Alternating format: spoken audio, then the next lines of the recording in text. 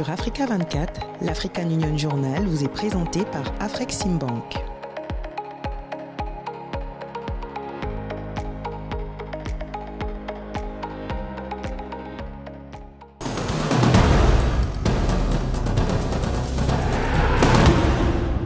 Bienvenue à tous, ravi de vous retrouver pour une nouvelle édition de l'Africa Union Journal consacrée au défi de la lutte contre le choléra. Pour ce faire, nous reviendrons sur les mécanismes de réponse engagés par les dirigeants africains et Africa CDC. Analyse et reportage à suivre dans un instant.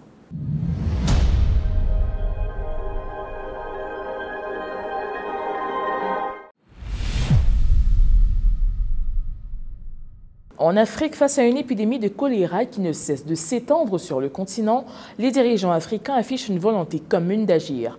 20 pays membres de l'Union africaine réunis virtuellement le 4 juin 2025 à l'initiative d'Africa CDC ont adopté une série d'engagements pour renforcer la riposte. Leadership politique, production locale de vaccins, coordination régionale, l'Afrique veut rompre avec les approches fragmentées et poser les bases d'un cadre unifié de réponse sanitaire. Marie-Roger Kwao. En Afrique, l'épidémie de choléra continue de frapper durement. En mai 2025, le continent recensait plus de 130 000 cas et 2700 décès, représentant plus de 60% des infections mondiales. Dans une mobilisation sans précédent, 20 pays africains touchés par le choléra ont tenu, le 4 juin 2025, une réunion de haut niveau à l'appel du Centre africain de contrôle et de prévention des maladies CDC Afrique, sous la supervision du chef de l'État zambien, Hakainde Hichilema. L'objectif était de coordonner la riposte face à une épidémie qui ravage le continent avec une concentration de 60% des cas mondiaux et plus de 90% des décès. This crisis demands action.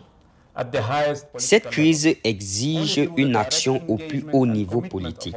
Seul l'engagement direct de nos chefs d'État et de gouvernement nous permettra de mettre en place une réponse décisive à cette épidémie et d'atteindre l'objectif d'éradication du choléra en Afrique d'ici 2030. Cela nécessitera un changement de cap à l'échelle continentale, un leadership audacieux, des investissements soutenus, des réponses nationales intégrées et supervisées au plus haut niveau, ainsi qu'une coordination continentale solide. Il est impératif de mobiliser des ressources nationales, non seulement pour éradiquer les épidémies actuelles, mais aussi pour mettre en place des systèmes résilients de surveillance de l'eau et de l'assainissement et de prestations de soins de santé. Les chefs de l'État insistent sur l'urgence d'investir dans les infrastructures d'eau, d'assainissement et de santé. Au-delà de l'urgence sanitaire, souligne-t-il, c'est aussi une question de dignité et de souveraineté. Une série d'engagements a été adoptée, notamment le renforcement de la surveillance transfrontalière, la mobilisation des ressources internes, le partenariat avec le secteur privé et la reddition des comptes au plus haut niveau. Nous avons lancé un appel clair à l'action.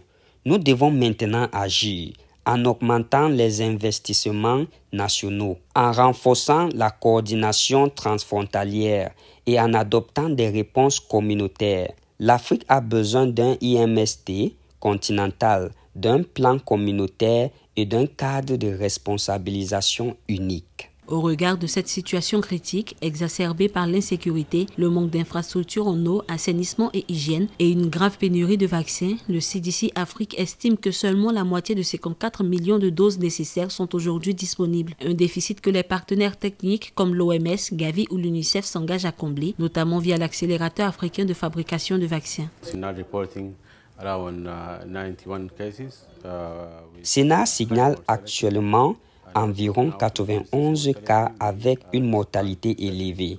Afin de réduire cette mortalité, nous avons étendu nos services à tous ces endroits, offrant ainsi un service plus proche de la communauté. Outre les soins que nous avons prodigués, nous avons également mené des activités de sensibilisation et de prévention auprès de la communauté, nécessaires dans la zone à risque. La saison des pluies approche et la situation pourrait s'aggraver. Des ressources supplémentaires sont donc nécessaires. Nous disposons également d'un plan d'urgence pour intensifier la réponse avec nos partenaires dans l'État. Ce sommet continental constitue, selon les chefs d'État et de gouvernement, une étape clé vers l'éradication du choléra d'ici 2030, objectif partagé par les États africains, leurs institutions et leurs partenaires. Une riposte unifiée pour transformer une crise sanitaire en levier de développement durable. Le choléra continue de frapper durement plusieurs régions d'Afrique, exposant les vulnérabilités des infrastructures sanitaires. Face à cette résurgence, les approches traditionnelles montrent leurs limites.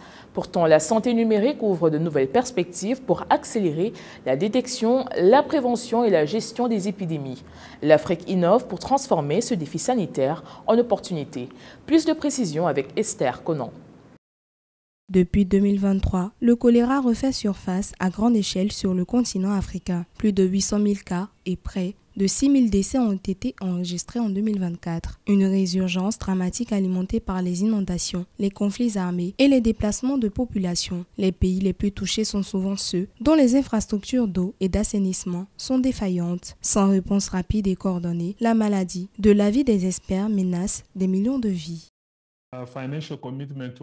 Plusieurs pays africains se mobilisent financièrement pour soutenir le CDC Afrique dans sa mission de santé publique. En plus de l'Angola, des pays comme le Maroc et la République démocratique du Congo ont pris des engagements significatifs, avec respectivement 2 et 5 millions de dollars. Dans un contexte d'augmentation des capacités de développement en santé, il devient crucial pour les États membres de renforcer leur soutien financier et politique à nos institutions de santé publique. Face à l'urgence, les stratégies classiques, vaccination, traitement, eau potable, restent fondamentales. Mais la pénurie mondiale de vaccins freine les ripostes. En 2023, seulement 36 millions de doses étaient disponibles, 2 fois moins que les besoins estimés par l'OMS. Face aux épidémies de choléra, les défis restent nombreux, pénurie de vaccins, infrastructures sanitaires limitées et absence de systèmes d'alerte précoce efficaces. Pour améliorer la riposte, la stimulation de la santé numérique est essentielle, notamment en renforçant la collecte rapide et fiable des données, ce qui permet une détection précoce et une meilleure coordination des interventions ainsi. La digitalisation devient un levier clé pour sauver des vies et contenir les foyers avant qu'ils ne s'étendent. Dans plusieurs pays, la technologie prend le relais. Au Nigeria, la plateforme SORMAS permet de suivre en temps réel l'évolution des cas de pathologie. Télémédecine, SMS de prévention, réseaux sociaux. Les outils numériques s'imposent comme de puissants alliés de la riposte. L'objectif est d'améliorer les outils numériques, de renforcer la distribution des services, ainsi que d'améliorer l'accès, l'abordabilité et la qualité des soins. Cela inclut, par exemple, la digitalisation des dossiers patients et la mise en place de systèmes intégrés permettant un meilleur suivi et une réponse adaptée aux besoins de santé au niveau des points d'accès. Une autre priorité importante est le développement des compétences numériques. On peut déployer de nombreux outils et technologies auprès des populations, mais si elles ne sont pas préparées et formées à leur utilisation, les bénéfices risquent de ne pas se faire sentir. Contre les épidémies sur le continent, une vision plus intégrée s'impose. Le plan d'action pour la santé numérique lancé par l'Union africaine en 2023 veut harmoniser les efforts à l'échelle continentale en misant sur les partenariats, la formation et le financement durable. Ceci dans le but de permettre au continent de s'adapter et construire une riposte sanitaire tournée vers l'avenir. L'intégration de l'intelligence artificielle dans le secteur financier présente à la fois d'immenses opportunités et un ensemble complexe de risques. Des risques qui couvrent diverses dimensions impactant la stabilité systémique, la sécurité des données, les pratiques éthiques, la conformité réglementaire et l'intégrité du marché. Il est essentiel que les institutions financières, les régulateurs et les banques centrales comprennent bien ces défis pour garantir une intégration responsable et bénéfique de l'IA dans le système financier mondial. Un reportage signé Nana Kamsukam. En Afrique, l'intelligence artificielle offre un potentiel énorme pour répondre aux défis spécifiques du continent, en particulier dans les domaines financiers. Les dirigeants des banques africaines ont pris conscience de cet outil dans le monde financier et manœuvrent pour son bon usage. Pour encadrer ce domaine, l'Union africaine a adopté plusieurs actions, notamment la stratégie continentale sur l'IA en 2024, qui vise à mettre cette technologie au service du développement durable et de la prospérité du continent. L'intelligence artificielle, ça doit faire partie d'une stratégie globale de l'utilisation des données, de comment les utiliser et comment mieux utiliser donc, ce nouveau mécanisme, c'est-à-dire l'intelligence artificielle, pour atteindre nos objectifs. Donc, ça ne peut pas être seulement quelque chose qu'on met comme ça. Il faut le voir de manière globale, dans une stratégie d'ensemble, parce qu'on a vu qu'il y a beaucoup d'aspects qui sont importants et qui sont interconnectés. La Banque centrale des États de l'Afrique de l'Ouest s'engage dans la mise en œuvre d'une politique monétaire et de stabilité financière à travers l'intelligence artificielle. Selon le gouverneur de la BCEAO, l'utilisation de l'intelligence artificielle devrait permettre d'affiner les analyses, notamment sur les risques économiques et financiers, et ainsi permettre un soutien accru dans le financement des économies. En outre, les modèles d'IA peuvent déterminer le risque de crédit de manière plus précise et beaucoup plus rapide en analysant l'historique financier et d'autres données pertinentes d'un individu ou d'une entreprise, ce qui permet de prendre de meilleures décisions de prêt. Je dois maintenant revenir en arrière, examiner mon plan stratégique et élaborer une stratégie globale en matière d'IA pour la Banque centrale du Libéria. Je n'en ai pas encore, il y a une référence à ce sujet, mais je n'ai pas encore de stratégie. D'après ce que j'ai appris aujourd'hui, je dois avoir une stratégie et je dois mettre en place cette stratégie et trouver des moyens de la finaliser. Parmi les défis des institutions financières que suscite l'utilisation de l'IA concerne la sécurité des données, la sophistication accrue des fraudeurs. Ces outils avancés et innovants rendent beaucoup plus difficile à détecter pour les acteurs illicites de s'engager dans la fraude, en escroquant l'argent des victimes telles que les clients de banque, ce qui présente un cadre qui devrait être réglementé par les gouvernements. L'intelligence artificielle ne peut pas résoudre tous les problèmes que nous rencontrons. Il est très important de faire preuve de clarté. Si nous disons que nous voulons que l'IA résolve tous les problèmes, nous serons vaincus dès le départ. Nous devons donc faire nos propres devoirs en posant un diagnostic pour obtenir une analyse permettant de savoir quels problèmes peuvent être résolus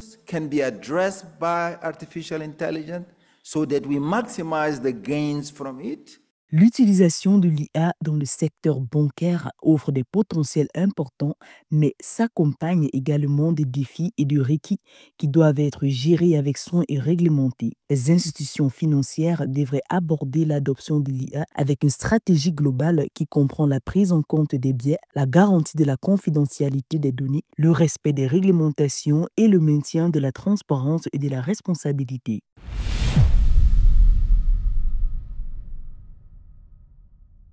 L'actu de nos régions, signée cette semaine par Paul-Marcel Mayagui, c'est d'abord l'engagement de la SADC à renforcer les efforts de mise en œuvre du commerce intra-africain pour sa croissance. Nous reviendrons également sur l'autonomie budgétaire au point mort de l'UA 10 ans après Kigali. Dans le même temps, nous ferons un focus sur l'élection de Modibo Sako à la tête de la Cour africaine des droits de l'homme. Enfin, nous questionnerons la protection des consommateurs avec l'accord entre les autorités de la concurrence du COMESA et de la CAE. Réunis à Harare au Zimbabwe le 5 juin 2025, lors de la 34e réunion du comité des ministres du commerce et de la 24e réunion du groupe de travail ministériel sur l'intégration économique de la SADC, les ministres ont lancé un appel renouvelé pour accélérer le commerce intra-régional, l'industrialisation et l'intégration économique. Le Zimbabwe, pays hôte, a mis en avant l'importance de l'unité face aux incertitudes mondiales. L'Angola a été salué pour son intégration dans la zone de libre-échange régionale, tandis que de nouvelles mesures ont été adoptées pour stimuler les PME, attirer les investissements et relancer la coopération minière. Les États membres sont invités à participer massivement à la semaine de l'industrialisation prévue fin juillet à Madagascar.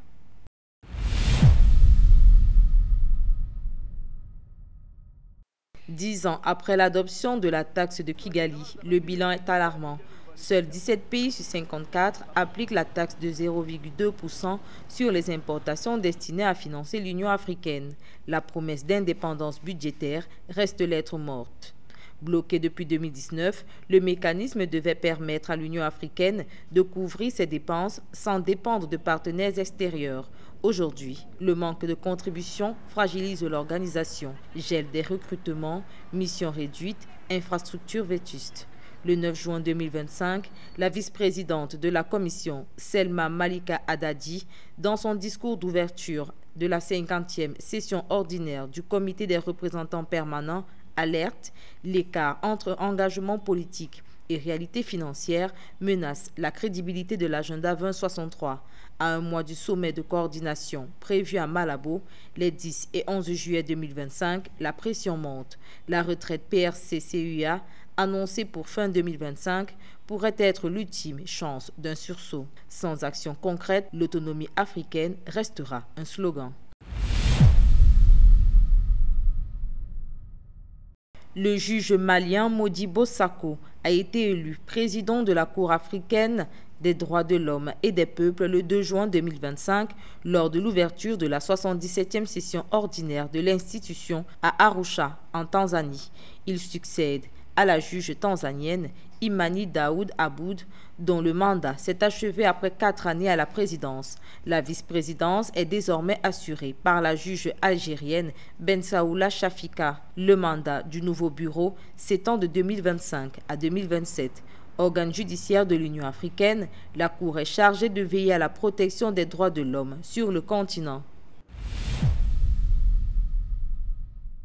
Les 3 et 4 juin 2025, Madagascar a accueilli pour la première fois la présidente de la Slovénie, Nataša Pirc-Musar, dans le cadre d'une visite d'État historique. Cette rencontre a permis de renforcer les relations bilatérales établies en 2006, posant les bases d'un partenariat axé sur le développement durable, l'éducation et la coopération politique. Le 4 juin, une école primaire financée par la Slovénie a été inaugurée au centre Akamasoa à Andra-Linatra sous la présidence des 2 chefs d'État. Fatmagnan revient sur ces événements. Pour la première fois depuis l'établissement de leurs relations diplomatiques en 2006, Madagascar a accueilli les 3 et 4 juin 2025 une chef d'État slovène dans le cadre d'une visite d'État. La présidente de la République de Slovénie, Nataša Pirc-Musar, a été reçue avec les honneurs au palais Diavoloha par son homologue malgache Andry Rajolina. Cette visite qualifiée d'historique par les 2 dirigeants marque un tournant dans la coopération entre les 2 pays à l'approche du 20e anniversaire de leurs relations bilatérales. L'année prochaine, c'est-à-dire en 2026, nous allons célébrer les 20 ans de coopération entre Madagascar et la Slovénie. Votre présence ici à Madagascar, Madame la Présidente, symbolise un nouveau souffle pour renforcer cette coopération.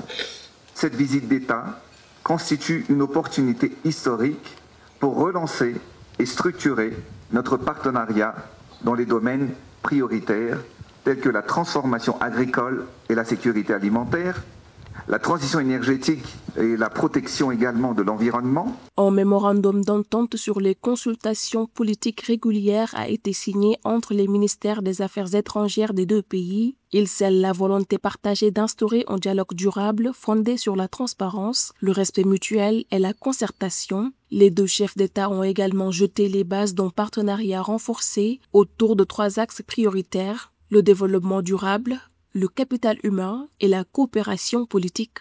Les discussions ont mis l'accent sur des thématiques transversales telles que la promotion des énergies renouvelables, l'autonomisation des femmes, la santé et l'éducation.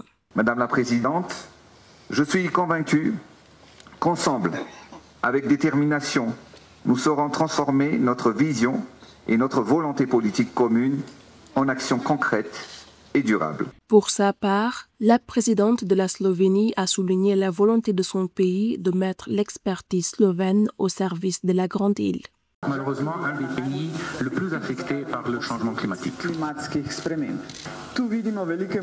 Ici, nous voyons beaucoup de possibilités pour la coopération des experts de la Slovénie qui possèdent une grande connaissance dans des domaines comme la protection de la nature, les ressources renouvelables, ainsi que la gestion durable de l'eau. L'un des thèmes principaux était notre soutien au développement du capital humain à Madagascar et ici, nous devons confirmer, apprécier grandement que même si la situation n'est pas facile, Madagascar investit beaucoup dans l'éducation des jeunes.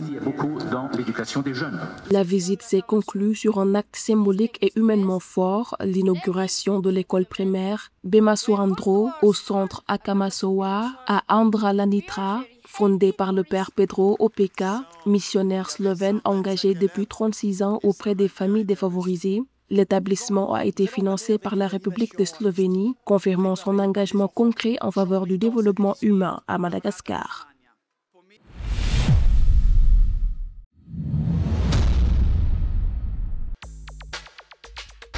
Du 23 au 28 juin 2025, Abuja au Nigeria sera l'hôte de la 32e édition des Assemblées annuelles d'Afreximbank, l'un des plus grands événements économiques du continent.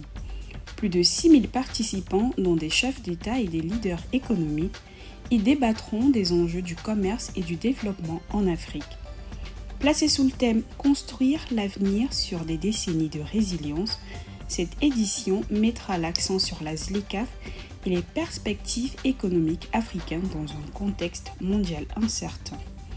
Le Nigeria, partenaire clé d'Afreximbank, espère renforcer sa coopération avec l'institution qui a déjà investi 52 milliards de dollars dans son économie. Du 26 au 28 juin 2025, Lomé, la capitale du Togo, accueillera la conférence Mansa, un rendez-vous panafricain placé sous le signe de l'unité, de la souveraineté et de la responsabilité. Loin des discours symboliques, Mansa entend poser les bases d'une transformation concrète du continent portée par ses propres valeurs. 140 ans après la conférence de Berlin, ce forum réunira décideurs, penseurs, entrepreneurs et membres de la diaspora pour repenser les modèles politiques, économiques et socio-africains. Les 23 et 24 octobre 2025, chefs d'État, investisseurs et institutions de développement se retrouveront en Angola pour débloquer des financements majeurs en faveur des routes, réseaux électriques, ports et infrastructures numériques du continent. À l'initiative de l'Union africaine et sous l'impulsion du président João Lourenço, l'événement ambitionne de répondre à un déficit estimé à plus de 100 milliards de dollars par an.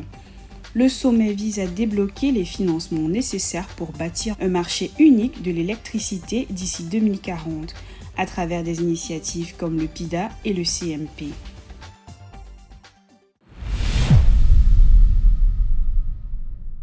Dans un monde où l'apparition de nombreuses pandémies a révélé l'urgence de repenser les systèmes de santé mondiaux, et plus précisément africains, Jean-Philbert Sangimana a pris les rênes de la révolution numérique au sein du Centre africain de contrôle et de prévention des maladies Africa CDC. Jean-Philbert Sangimana plaide ainsi en faveur du rôle que les technologies de l'information peuvent jouer dans la résolution de nombreux défis de développement auxquels sont confrontés les jeunes Africains et les gouvernements. Marie-Raphaël Antolo dresse pour nous son portrait.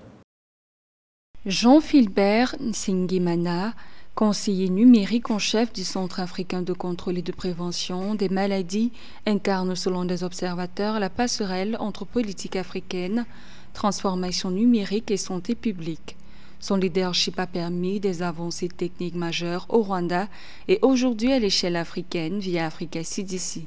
Il promeut une approche coordonnée, inclusive et axée sur des solutions locales et durables. En tant que conseiller numérique en chef, il mène depuis Kigali, capitale du Rwanda, une stratégie ambitieuse visant à connecter, moderniser et sécuriser les systèmes de santé publique sur tout le continent africain. En rejoignant l'Africa CDC, il y a de cela 3 ans, mon rôle était de mettre en place une stratégie de transformation numérique pour l'organisation afin de garantir que l'on fait le meilleur usage de la technologie moderne et précisément la technologie numérique pour progresser dans notre mission de protéger la sécurité sanitaire du continent. Ingénieur logiciel de formation, il décroche un master en génie logiciel et une licence en informatique à l'Université du Rwanda, suivi d'un Global MBA en informatique à la SP Jain School, puis un master en administration publique à la Harvard Kennedy School. Ministre de la Jeunesse et des TIC du Rwanda de 2011 à 2017, puis ministre des Technologies de l'Information et de la Communication de 2017 à 2011, Jean-Philbert Nsengimana a fortement plaidé en faveur du rôle que les technologies de l'information peuvent jouer dans la résolution de nombreux défis de développement auxquels sont confrontés les jeunes et les gouvernements africains. Ma formation en génie logiciel et en développement de logiciels m'a permis de réaliser à quel point la technologie change le monde. Ce changement rapide a rarement été observé, n'a jamais été détaché de l'évolution du monde, et spécifiquement avec l'accélération de l'intelligence artificielle.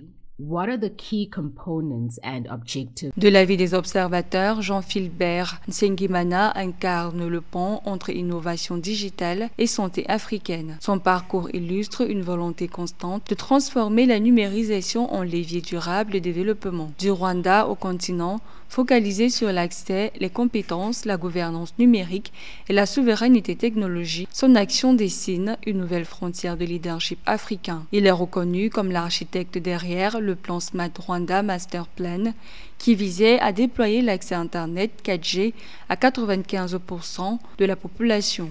We are convinced that the only way we are going to meet the needs, the very different needs of a diverse continent. Nous sommes convenus que la seule façon d'atteindre les différentes attentes d'un continent diversifié est d'obtenir les solutions du peuple lui-même et spécifiquement les innovateurs que nous savons ont la créativité nécessaire pour faire face aux problèmes qu'ils expérimentent.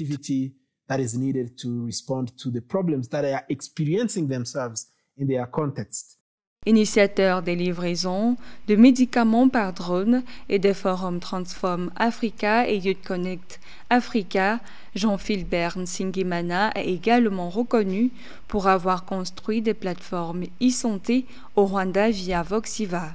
Son parcours atypique lui vaut aujourd'hui une place dans les conseils d'organisations influentes tels que Global Digital Inclusion, Partnership, Alliance for Affordable Internet, IntraHealth International, Place Fund, I4 Policy et Startup Genome.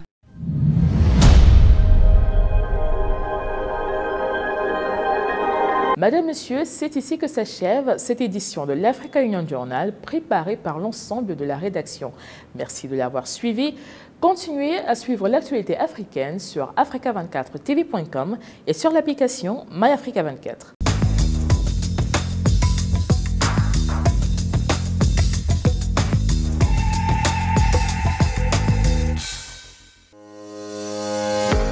Sur Africa 24, l'African Union Journal vous est présenté par Afreximbank.